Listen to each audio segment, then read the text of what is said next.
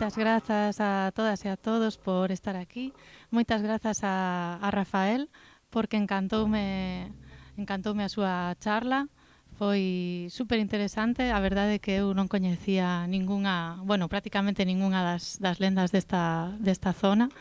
E nada, foi moi interesante e moi inspirador. Eu fixen unha peza inspirada na pena valadoira. Como vos digo, non coñecía nada sobre este tema, entón investiguei a través de Google, de Internet, que é o que todos utilizamos. Había varias cousas que atopei sobre distintas ritos, distintas, cousas que para que se empregaba esta pedra.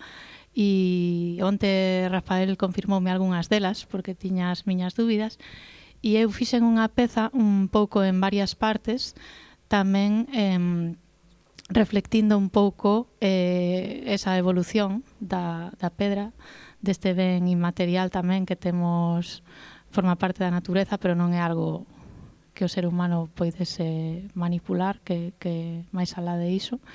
E esta peza, como dicía, ten un fío conductor que son sempre dúas notas, que para min reflicten o que sería a pedra que sigue aí, pero pasa por varios momentos quizáis máis misteriosos, con máis misticismo, con máis iso, como dicilo, de forma máis escura.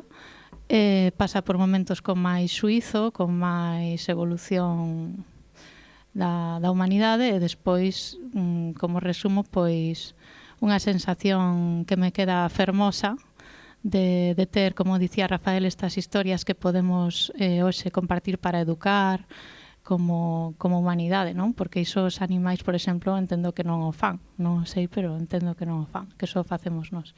E nada, pois pareceme moi fermosa esta historia e a ver que vos inspira a peza que fixen. Nada, o que fago con estes trebellos que teño no chan é ir grabando, tocando, construindo e deconstruindo a peza en directo. Así que nada, agardo que vos guste. Moitas grazas.